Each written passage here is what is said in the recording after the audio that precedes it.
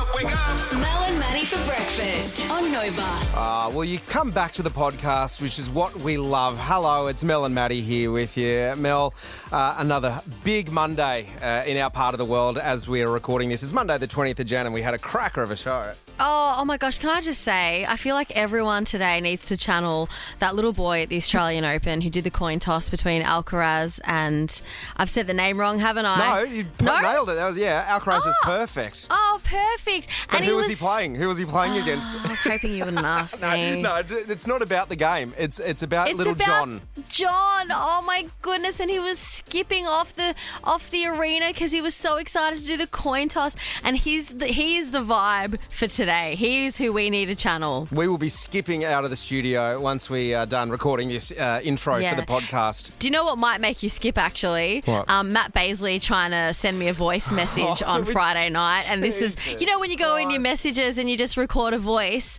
and you send it instead of texting, so easy. Everyone does it. My mum does it. This is Matt. It did take me a while to work out how to send a voice memo, I'm not going to lie. I don't know if you did yours in messages, but I've gone to voice memos to record it to send it back because it's... Yeah. Have a good weekend. You may as well have just texted. It's much easier. I wanted to be like you. I wanted to be doing what the kids are doing, right? Like I just wanted to be and like I can nail it in WhatsApp. I can anyway. I didn't realise that I'd done it wrong until I'd sent it, and I was like, oh my god, she's going to have an absolute field day with that. I have it on, and the best part is unlike a normal voice message, this one does not delete, so I've got it forever and ever. Well, maybe we can talk about how you've ruined my algorithm on the show tomorrow. Anyway, we'll unpack. Let's get into what is happening on this podcast, and what do we do today on the show? Jeez, it's been a while. What have we done? It's been a while. I'm on a bit of a journey. I'm on a journey to get my skin good because I kind of just always thought that genetically, because my family have incredible skin, that I too would have incredible skin. But it's turned out to not be the case. So I'm on a bit of a journey, which is very expensive, to get my skin on track. And so on 132410, I want to know what journey you've been on. Yeah, and we also found out some of the things that have happened when Dad was in charge as well, because I had a bit of a shocker over the weekend. Bit? Yeah, you had a trifecta. 3 fails, all in the one evening. We'll unpack that and we'll hear some cracking stories as well. And we'll go to LA with a friend of the show, Christina Cavalieri. Mel, she's covering a few things for us. Yeah, the LA fires, a bit of an update on the relief concert they've got going on there. And also the Trump inauguration is happening, and TikTok. Is it banned? Is it not? All right, I've got to go strap a message to a pigeon so I can send you something now, Mel. I'm pretty busy, so we'll get into the podcast. What's going on with you, Mel? Yeah, on 132410, I want to know if you're on a journey and what that journey is. Because this year late last year, I realised that my skin was just like not good. And I've come from a family with really great genetics when it comes to skin. Like all of my family looks so youthful. My grandmother was 95 when she passed away and she had the skin of an 80-year-old, like just beautiful skin. And so I always just thought that would be me. But then late last year, I realized I'm getting older. I'm wearing a lot of TV makeup and it's really started messing with my skin. So I went to see a skin specialist to get, when they put your face in that box and then they tell you like your UV damage, and it's really confronting stuff. Anyway, so I'm on this journey to try and get my skin back on track. She basically told me my skin has zero moisture. Oh. Like I am the Sahara Desert. And so we're trying to fix that up. Yeah. And the thing with the journey is that it's trial and error, and it can be really expensive. Like going to get one of these consultations and then buying the products. I'm not talking about a $20 like cream from the pharmacy. I'm talking like things that are just so expensive, and you're like, credit card, please. I can't believe how much some of that stuff cost. Like I feel like, I don't know, maybe it's just me as a naive bloke, but like the price of women's beauty, hair, it just blows my mind. I don't know if it's a ruse or it actually needs to cost that much, because it is phenomenal how much it costs. But I'm seeing a change. So what happened was initially I went, I need to fix my skin. And then all I was doing, shock horror, is literally cleansing and moisturizing. That's all I was doing. And everyone's like, oh no, you're going to put vitamin C on, you got to put vitamin B on. So I went and bought all these serums, put them on my face broke out. So now I've got hundreds of $100 worth of products I can't use. And then I went and saw a consultant who then I had to spend more money on to get new creams, which I've now spent more money. It is expensive being on a journey. And that's why I'm 132410. I want to know if you are on a journey yourself and what exactly that journey is. Good morning, Michelle. Good morning, guys. How are you going? Very well. Thanks for calling and sharing. What journey are you on at the moment? Good. 18 months ago, I decided to have weight loss surgery, which has been amazing. It's been full of complications, but at the end of the day, I've lost just over 80 kilos. I think I'm about 82 kilos. Wow. So have lots and lots of excess skin. So at 55, I have excess skin all over my body except on my face because you just become very drawn. So I'm in 4 weeks' time. I'm actually booked in for skin removal surgery. So I'm having my arms done, and then later this year I'm booked in for a facelift. Oh my gosh, Great amazing. work, Michelle. Congratulations. Thank you. You're going to feel like a completely new person. I am. It's going to be amazing. Like I can actually, because, the bat wings are just ridiculous. So it'll be nice just to be able to wear a dress and not be sort of conscious about my arms all the time. And, my kids are amazing. They're like, who gives a shit? Don't worry about it. Just, live your life. But, bless. So you can cover your legs, obviously, and that sort of stuff, but your arms are always I agree. Arms are always the hard one. And so many beautiful dresses don't come with sleeves. Like, what is this? Oh, Correct. It's so and annoying. It's nice because I can actually wear the same size clothes as my daughters now. So, and they've got some amazing, beautiful sleeveless dresses. And it's like, oh, geez, I'd love to wear something like that. So I will be able to in a couple of weeks. So, yeah. That's amazing. Well, Michelle, I want to hook you up with a $100 Westfield voucher so you can go buy some clothes as well once you've had your surgery done. That's amazing. Thank you so much. You're welcome. And good luck with your journey. You look amazing anyway. You don't need any skin treatment. Michelle, look at us being all cute to each other. I know. It's great. It's a good way to start a Monday. Oh, thank you, beautiful. Take care. 132410. We're talking journey. Sarah's on the line for you, Mel. Yeah, Sarah, what journey are you on? I am on a hair journey. Yes. I've been bleaching my hair for years and it's just fried it. So I also have very curly hair. So I just want to keep that up this year, get the curls back to life. But it is, like you said, so expensive trying to find the right products. Everyone does, you see all the trends on TikTok about what people use and it's so hard to know what's going to work with your hair and, Absolutely. So are you naturally a brunette and you've been bleaching it? I'm naturally like a really, really dark blonde.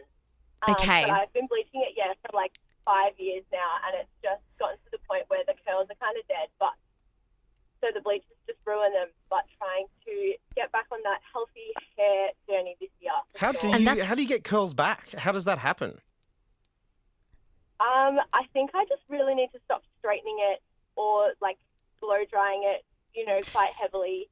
Because it really dries out my hair as well, and then the curls just die. Have you tried the heatless curls? Yes, but sometimes when I really try to do them well, they turn out really badly, and then when you don't try, they just somehow... Oh my gosh, Sarah, yes, I'm also on a curl journey this year because I've got dead straight hair and I'm trying to learn how to curl it, and I've been using the heatless curls. The other day, one of them fell out when I was sleeping and it was beautiful. It looked exactly how I wanted it to look, and then I took out the rest of them and I looked like Shirley Temple. I had I had ringlets and then dead straight ends. It was horrible.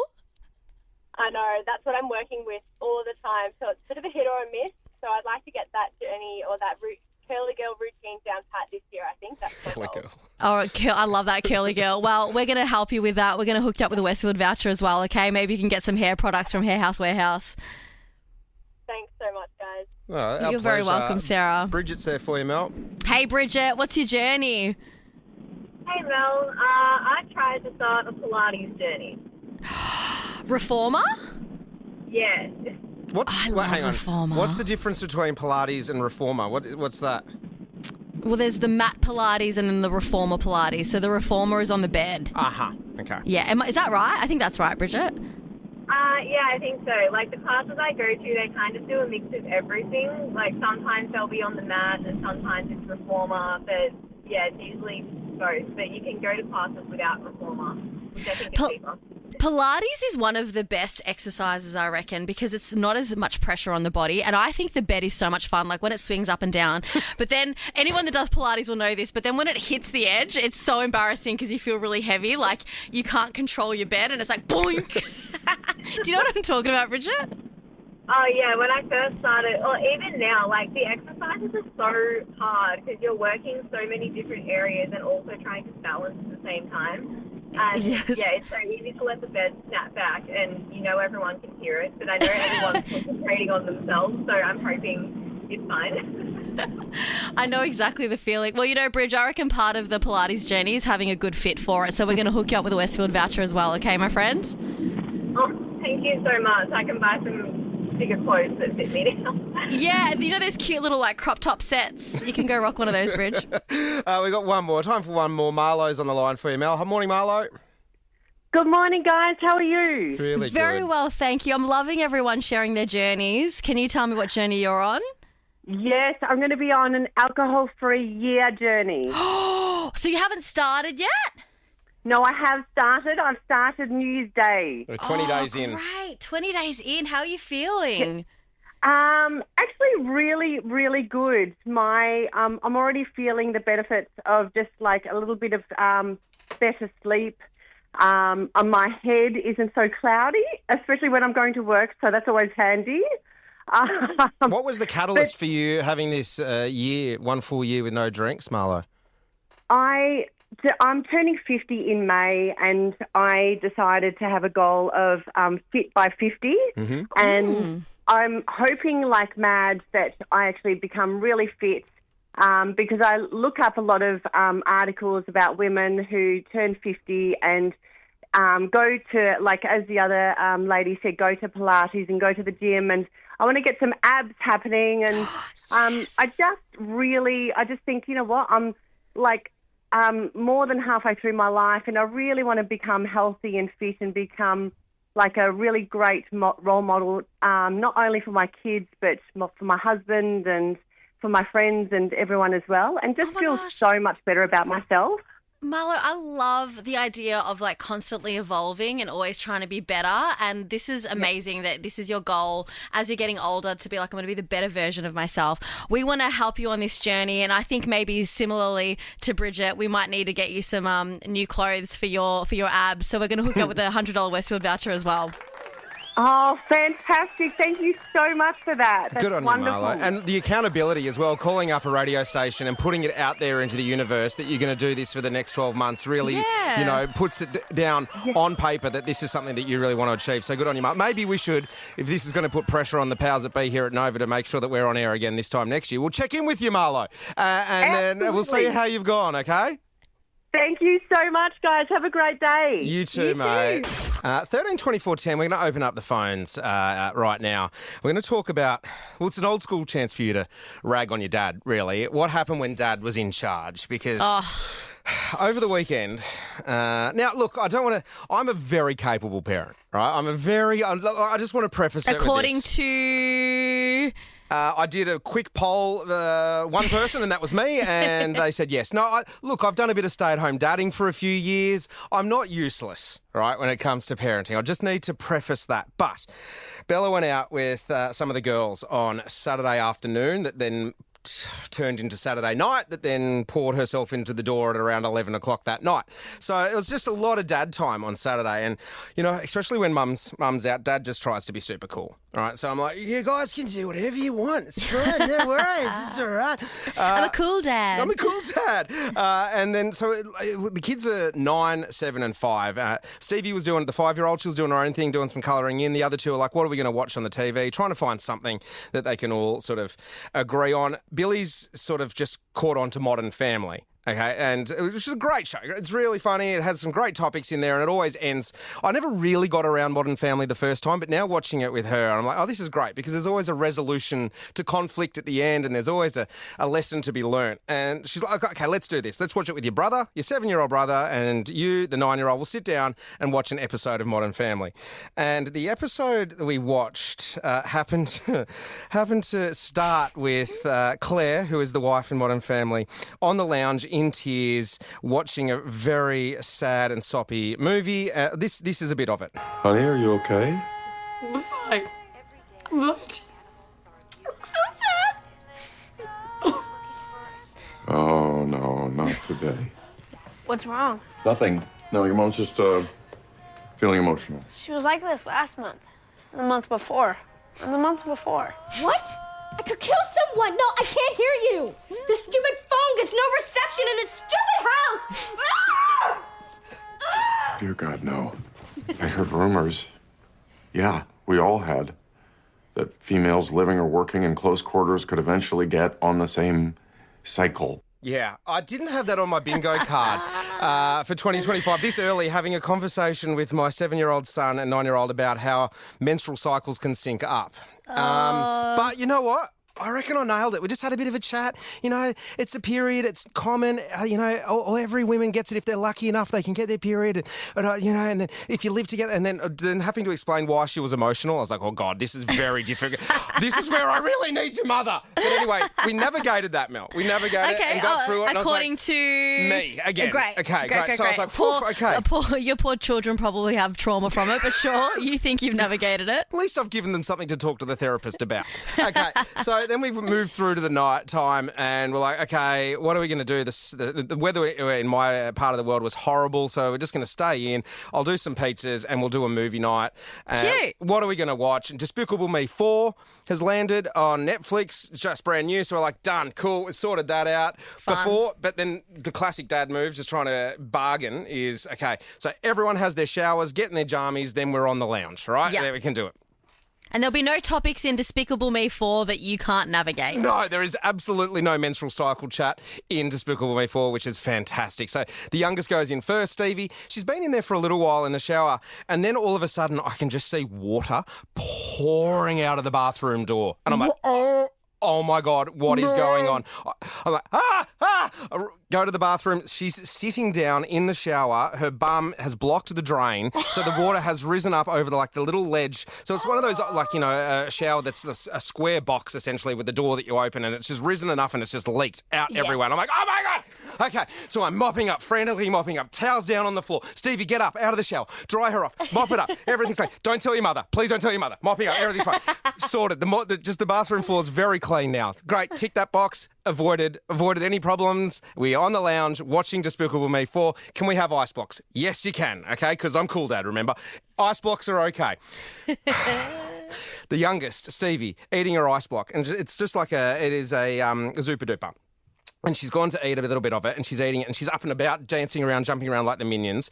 And then as she's taken a breath in, a bit of the ice block... Oh, no! Has gone down the wrong way and, lodged in her throat. So she's no. And then the brother, the 7-year-old, is like, she's dying! She's dying! I'm like, shh, she's not dying. Don't freak her out. You're okay, sweetheart.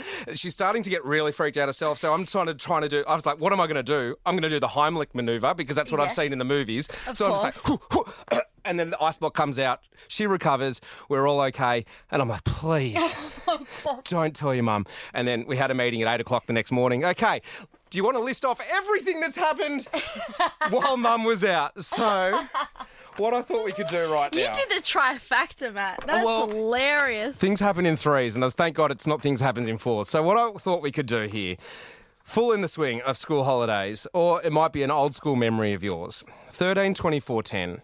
We want to know what happened when Dad was in charge. Dads can be a bit of a battler at some time. You know, they always just try and make some shortcuts, whatever it is that happened when Dad was in charge. Good morning, Enza. Good morning. How are you?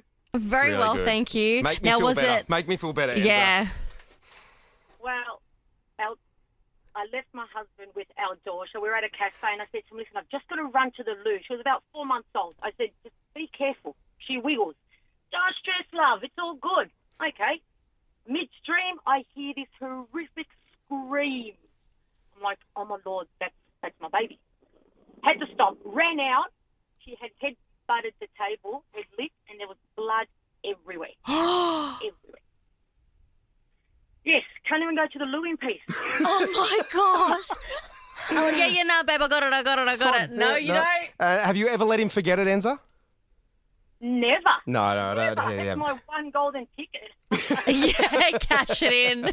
What happened when Dad was in charge? Good morning, Kate. Hi, guys. How are you? Very well, Better thank now. you. Better now, Kate. Better. My husband, it was the first time I've been shopping. My daughter was about 4 months old, about the same as the last caller. And he told me that he changed her nappy. And then he's like, I don't have wipes in here. I'm going to go to the bathroom. So apparently he put the dirty nappy in a nappy bag, but left it on the floor where he left her. And then he walks back from the bathroom, comes in, and there she is eating her own poo. Like a puppy. That's what puppies do. It was just like, and he didn't tell me until, I don't know, a bit later when I got home. He's like, he sat me down after she was in bed, I think, and he's like, I've got to tell you something. Were you like, why does my daughter's breath smell like shit? Well, he said he was so frantic. He just had to, trying to wash it out. And it's like, oh, my God. He's totally freaked out. Kate, how old is she now? God. How old is she now? She's 12. She's 12. She never lets him live that one down. No, I bet she loves that Mum's rung up the radio as well. Hey, if anyone recognises Kate's mum's voice, you know exactly who she's talking about. Kate, thank you for sharing. I love that. Let's keep going. Oh, sorry. Yeah, keep going. You didn't do too bad, Matty. You didn't do too bad. At least I didn't eat their own shit. That's the takeaway. 100%. Let's go to Megan on 132410. Hi, Megan. Hi, Mel, Matty. How are you? Yeah, great, mate. Very well, Megan. So in capable hands of my dad, when Mum went out, he set the kitchen on fire, making us dinner. Okay. What? Wonderful. Okay, talk us through it. Talk us through it. What happened? Let's unpack that. Yeah. Yeah, I think he forgot what was cooking and, the whole stove caught on fire. Thankfully, we had a fire blanket, so it was very put out very quickly and briefly, but, it was pretty funny. And then did you end up with Chinese for dinner? Get some takeaway after that? yeah, something like that along those lines. Although, to this day, my brother enjoys burnt sausages. Brittany's on 132410. Thanks, Megan. Hi, Brittany. Hi, guys. How are you? Yeah, loving this. So I left my 2-year-old in charge with my dad while I went to the shop, and within 2 minutes of him going to make her a sandwich, he come back and she had gotten into a full tub of Vaseline and covered herself head to toe, her hair, everything. And there is nothing that gets Vaseline off either. That is a job and a half to try and get Vaso off a baby. Especially when her hair is down to her shoulders, and it took 2 days of baby oil, conditioning, everything, and he just thought it was hilarious. Well, Brittany, I can tell you that now that I feel a lot better about my Saturday night. Thank you to everyone. We need to cross to friend of the show live in LA. It's Christina Cavallari. She is a reporter for Fox Entertainment, and she joins us on the line. Good morning, Christina. Morning, Matty. Morning, Mel. How are you guys? Yeah, we're doing well. Last time we spoke, the fires were at their peak in LA. Can you give us an update on where they are at the moment? Yeah, of course, guys. So basically, over the past week, there's been a lot of movement. The Palisades fires this morning, we're sitting at 52% containment. And the Eaton fire as well was at 81% containment.